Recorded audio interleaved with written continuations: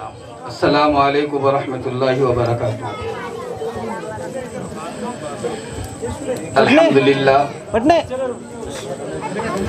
الحمد للہ رب العالمین والعاقبۃ للمتقین والصلاة والسلام علی رسولہ الکریم الی یوم الدین۔ اما بعد فاعوذ باللہ من الشیطان الرجیم، بسم اللہ الرحمن الرحیم۔ یا ایہا الذین آمنوا قوا انفسکم واہلکم نارا، صدق اللہ العظیم۔ بزرگوں اور دوستوں، بہت دیر سے آپ تمام لوگ یہاں پر بچوں کا پروگرام سن رہے تھے۔ میں سمجھتا ہوں کہ اب کہنے کی کوئی چیز باقی نہیں رہی۔ کلمات اسلام سے پروگرام شروع ہوا۔ وہ چھوٹی بچی جو یہاں پر کھڑی رہی، مولانا نے جب اس بچی کا نام لیا، اس نے کلمہ لا الہ الا اللہ پڑھا، اور اس سے پہلے جو بچیاں یہاں پر آئی تھی انہوں نے منہا خلقناکم وفیہا نعیدکم ومنہا نخرجکم تارۃ اخری بھی پڑھا، اور اپنی جگہ لے لیتا ہوں۔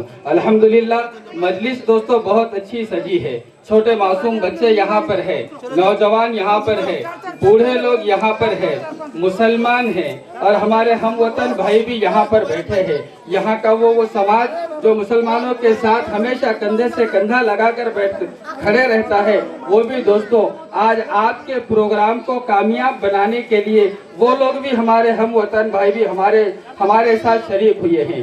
اللہ رب العزت ان کو بھی جزائے خیر عطا فرمائے۔ اللہ رب العزت ان کے بھی جائز حاجات کو، جائز ضرورتوں کو پورا فرمائے۔ بزرگوں اور دوستوں، بہت مختصر بات کہنی ہے، مولانا تشریف لائیں گے اور اس کے بعد میں اپنی جگہ لے لوں گا۔ ایک بات جو ذہن میں آئی دوستوں، میں نے ابھی مولانا سے کہا کہ بھئی بچوں کا پروگرام یہاں اتنا اچھا ہوا کہ بچوں کا پروگرام سننے کے بعد میرے اپنے ذہن کے اندر میں جو چیز تیار کر کے لایا تھا، یہ بچوں کے پروگرام کو سن کر وہ چیزیں میرے ذہن سے نکل گئی ہیں، اور یہ حقیقت ہے دوستو۔ لیکن یہ آپ کی دعاؤں کی برکت سے، آپ کے سننے کی برکت سے دوستو کچھ باتیں ذہن کے اندر ہیں، بس وہ آپ کے سامنے کہہ دوں۔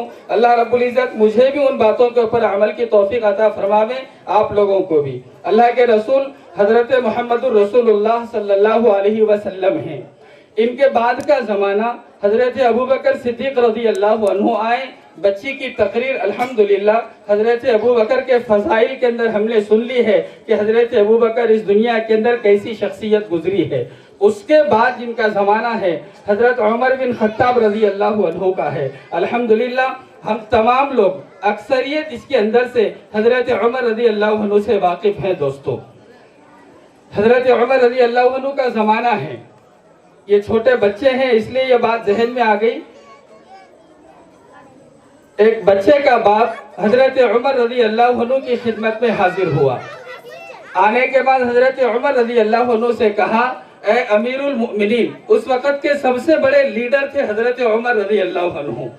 حضرت عمر رضی اللہ عنہ کے سامنے بچے کا باپ آ کر بچے کی شکایت کرنے لگا کہ اے امیر المؤمنین، اے لیڈر، دیکھو میرے بچے میری فرما برداری نہیں کرتے ہیں، کیا کروں؟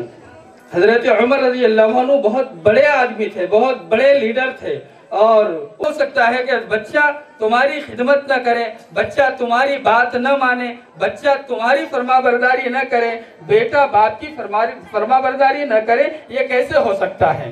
حضرت عمر رضی اللہ عنہ نے بلانے کا حکم دیا کہ اس کے بچے کو بلا کر لائیں۔ بچہ بھی آیا، آ کر حضرت عمر رضی اللہ عنہ کے لیڈر، اس وقت کے جو سب سے بڑے لیڈر ہیں، کہا کہ ان کے سامنے آ کر دو زانوں ہو کر بیٹھا۔ حضرت عمر رضی اللہ عنہ نے کہا، اے بیٹے، یہ تیرا باپ جو شکایت کرتا ہے کہ تو اپنے باپ کی خدمت نہیں کرتا، تو اپنے باپ کی فرما برداری نہیں کرتا، تو اپنے باپ کی بات کو نہیں مانتا۔ آج کے بھی زمانے کے اندر ہماری اولاد اگر ہماری نہ مانے تو دوستو ہم کو جذبات آتے ہیں، غصہ آتا ہے، گھر سے الگ کیا جاتا ہے، جائیداد سے اس کو الگ کر دیا جاتا ہے۔ لیکن دیکھو تعلیمات اسلام جو ہے وہ الگ ہے۔ اسلام نے جو تعلیم دی ہے، اسلام نے جو اسباق سکھائے ہیں، امت کو جو سبق دیا گیا ہے وہ الگ ہے دوستو۔ حضرت عمر رضی اللہ عنہ نے جب بچے سے پوچھا کہ کیا بات ہے تو اپنے باپ کی خدمت نہیں کرتا ہے، بچے نے کہا کہ اے امیر المؤمنین عمر رضی اللہ عنہ، آپ بتائیے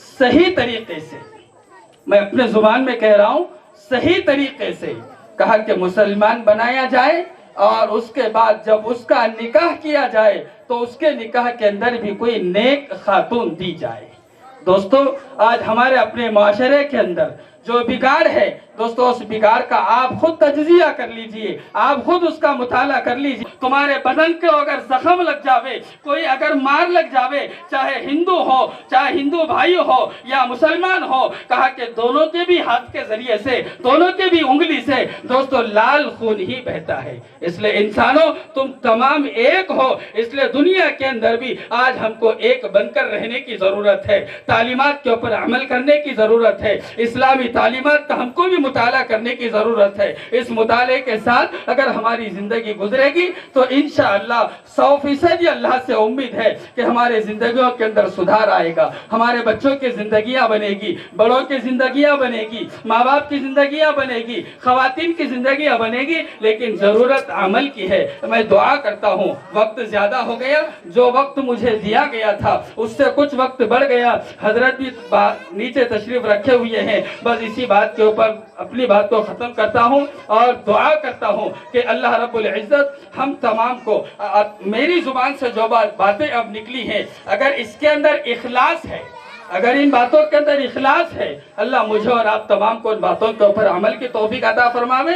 اگر اس کے اندر غلو ہے، دکھلاوا ہے، ریا ہے، تکبر ہے، گھمنڈ ہے، تو دوستو اس کے عذاب سے میری بھی اور آپ تمام لوگوں کی بھی حفاظت فرماوے۔ وما علینا الا البلاغ۔